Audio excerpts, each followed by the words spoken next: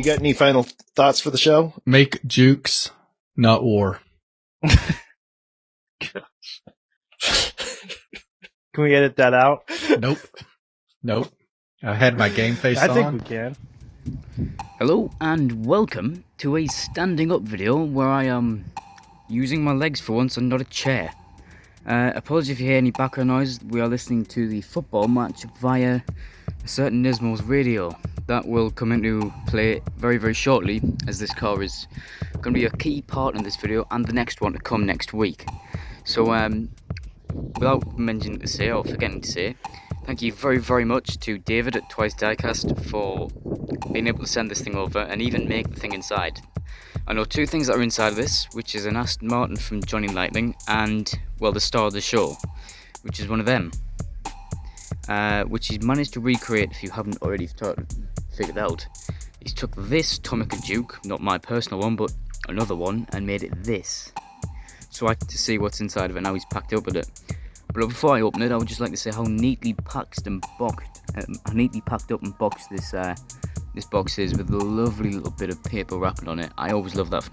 Probably one of my favourite parts about them is the sort of experience you get when you open them. So without further ado, let's get everything open and let's have a look what's inside.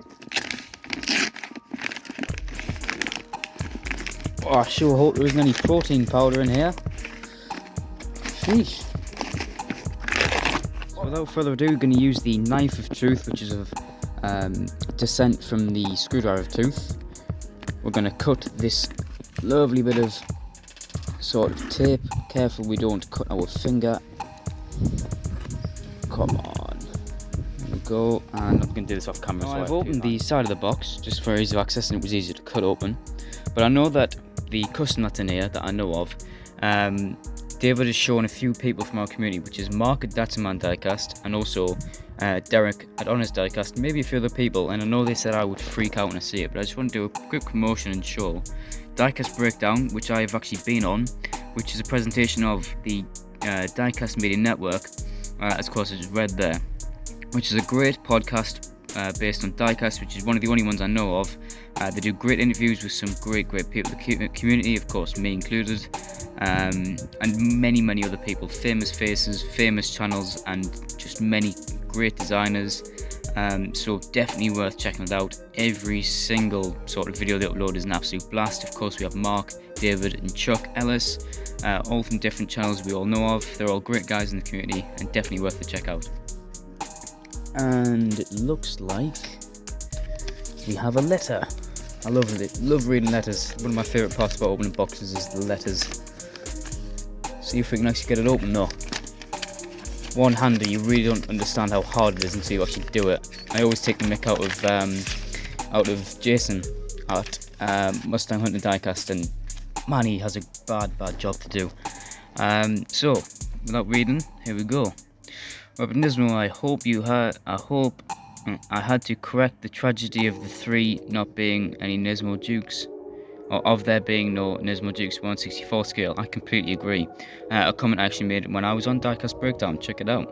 I figured you were the correct person to receive this custom. I hope you like the other things I packed in for you. I looked for a few specific things you mentioned, but could not find those. Here's hoping you find these. Hope you find these. Your friend David. David, you are definitely one of my greatest friends. Sorry for my terrible reading. We need to get that focused in. School holidays, I'm trying not to read as much and sort of relax myself. So actually a quick correction on that. The BMW E91 Touring, I've actually managed to track down and get one. I've wheel swapped it, and the video coming very, very soon. I managed to get that literally about 2 days ago. So I was about to make a public announcement just before this made. Now, this was here in case anyone was looking for it. So without further ado, pull this out, or off, put it down there ready for me to pick up afterwards, and I see right away a funny little flag here. I'm not sure if I recognise it. Of course I'm joking, this is the United States flag, sort of my first United States flag. Don't know how to correct that or make of it, but it's a funny gesture by David there. But I see this, which of course is my logo on the card in a ballista or protector pack. I know what's going in there, so I'm going to leave that to after. I think I know what's in here, or at least might. So I'm going to leave that till last. Oh, sorry, this is terrible commentary, but this thing is great. It's a Johnny Lightning 007 No Time to Die Aston Martin V8 Vantage, I believe that's what it is, on UK plates. This thing is killer. I was going to open this and have a look at it, but I don't think I can bring myself to do it. This thing looks fabulous. That thing is brilliant. Next up, we have what I believe is an MG from Matchbox Lesney. This thing is superb. Great little details in this tiny car. In fact, I barely fit in this, and I'm what? Can't be anything more than 5'7", maybe slightly more, maybe slightly less. I don't know, but I struggle to fit in these. This thing's great. Can't get any more Union Jack than that. Lovely, lovely, lovely. Oh, more Stars and Stripes. I believe I might have this one, maybe not. This is actually one I need to track down, which is a Corvette C4 from 1980s, white. I'm going to make a custom of David's Corvette and hopefully send it to him very, very soon. This thing's crazy cool. I mean, I'm not exactly the biggest of Corvette fans, I don't mind them. That thing's cool, that's a cool cast. Might have to do something with that. And next up, one of the most favourite things I've seen from Matchbox to date, the 1975 Range Rover. Super cool casting. Of course, that yellow, this is a right-hand drive release. Of course, there's left-hand drive and right-hand drives of that one. Love that mustard yellow. Love it. And, well, I'll remove this. And I think I know what's in here. I think I know what's in there. This, first of all, I know there's nothing in here now. Just want to say this is how the Duke used to look like, which is a yellow release. I think is very, very cool. Oh, and he's packed in the signs. That's cool. I can use them for a diorama. Sorry, this is all over the place, this video. But you can sort of get me my nerves. I'm going to put the camera down. I'm going to open this with two hands so I don't mess anything up. So we have a bag, and in that is a bubble wrap sort of layer. Oh, it's got NISMO on it. Ah! Right, this is ridiculously cool. David, I can tell you've gone to extreme lengths to wrap this one up. Every layer I take down this, the nerves are getting to me. I know this thing's going to look fantastic. There's the bubble wrap and the bands off. Oh no, my sticker. Put that back on. Box is gone. There we go. Sticker is back on it, exactly how it was. Right, take a moment. I'm going to photo this. Right, here we go. We've cracked the seal. There's the plate. There's my logo. Sorry, this is sorry, I hate to make it slower than it has to, but this is a moment I've been waiting to see, or at least try to make one myself for years. I've never been able to bring myself to it. Move that back. Another layer. This is literally the last turn and we'll be there. Literally the last turn. Oh, that thing is cool. David, you have smashed it out of the park. Look at it, man. It's got the centre fog light. The lights are of course spot on with that clear section in the middle. You've got a little red patch going through the sort of where the side skirt is. This thing's sick. Still got suspension. The wheels of course look diamond cut, just like a Yankee. Sorry, I'm not even on camera. Oh, this thing is really, really cool. Right, we're putting it in this display. We're putting it in this display, which we're going to put inside of the blister. That is so cool. and we'll open the blister up. David, you have done amazingly at this, honestly. I cannot begin to explain how cool this is. Having a version of a car you adore. Just look at that. Move it forward just slightly. Just look at that. Move this paper out of the way. Move that right out of the way. Look at that. I have my own 1/64 scale version of our NISMO. That is insane. I mean, just look at that. That is really, really cool. Of course, this is the F15 pre-facelift, and we've got the F15 facelift, so there's a few subtle differences, but David, you've absolutely smashed it out of the park. It looks insane. This is by far the coolest thing I have in my collection. Now, I have a lot of things, I have a lot of customs that I'm insanely thankful for, but this tops it. This tops everything. Might even top my supers, and that's saying something.